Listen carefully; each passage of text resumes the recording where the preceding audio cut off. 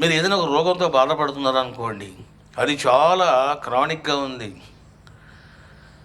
ఇంకా కష్టమండి అన్నారు డాక్టర్స్.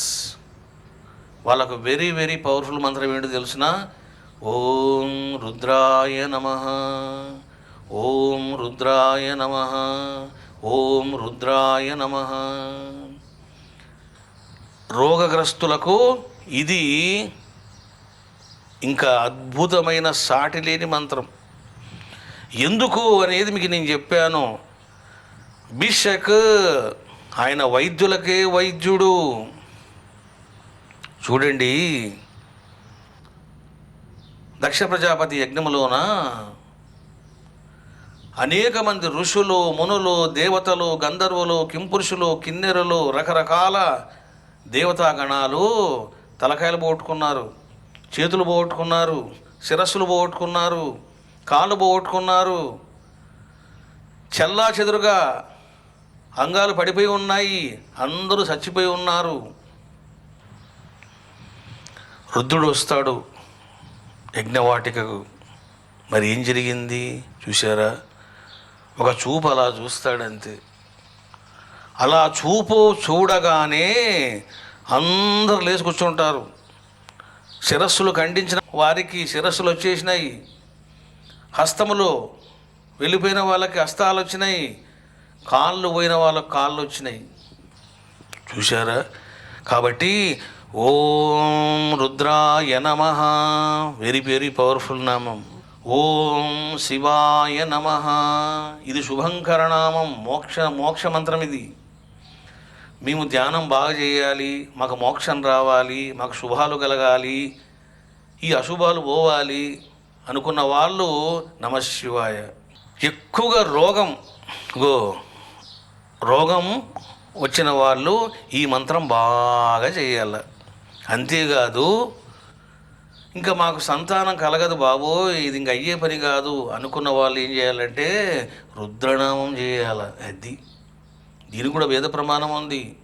ఫర్ ఎగ్జాంపుల్, సంతానం కలగడం లేదు, మరి ఏ మంత్రం చేయాలి? ఓం రుద్రాయ నమః, ఓం రుద్రాయ నమః. సంతానం కలిగిస్తాడు ఆయన. రోగాలు నాశనం చేస్తుంది, సంతానం కలుగుతుంది.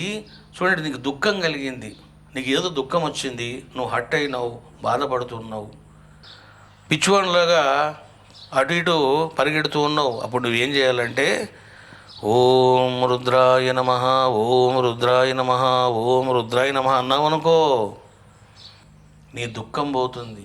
అంటే దుఃఖనాశకుడు, రోగనాశకుడు, సంతాన కామితములను తీర్చేటువంటి వాడు భోలాశంకరుడు.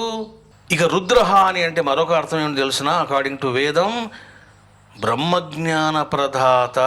అది బ్రహ్మజ్ఞాన ప్రదాత. రుద్రహ అంటే నీ జ్ఞానం ఇస్తాడైనా. ఇక భూత పేత పిశాచములు చూడండి, రకరకాల ఈ పిశాచాలని, చేతబడి అని, అదని ఇదని బాధలు పడుతూ ఉంటారు. వాళ్ళు కూడా ఓం రుద్రాయ నమః, ఓం రుద్రాయ నమః అన్నారనుకోండి, భూత ప్రేత పిశాచములు పరిగెడతాయి. చూడండి, కాలరాత్రిదేవి, కాలభైరవుడు, మీరంతా ఆ స్తోత్రాలు చేస్తూ ఉంటారు. ఇక భద్రకాళీదేవి, అంటే భద్రకాళీదేవికే అంత పవర్ ఉంటే భద్రకాళీదేవి సేవించేటువంటి పరాత్పర దైవం ఎవరు? మహారుద్రుడు. అసలు భద్రకాళీదేవి, వీరభద్రుడు ఎక్కడి నుంచి వచ్చారు? మహారుద్రుని యొక్క జటాజూటము నుంచి వచ్చారు వాళ్ళు. అంటే రుద్రుని యొక్క జట నుండి ఉద్భవించినటువంటి భద్రకాళీదేవికి, వీరభద్రస్వామికి అంత శక్తి ఉంటే, భూత ప్రేతాలను పారద్రోలితే మరి రుద్రునికి ఎంతగా ఉండాలి? చూశారా? ఎవరైనా వర్ణించేస్తారా? వర్ణించలేదు.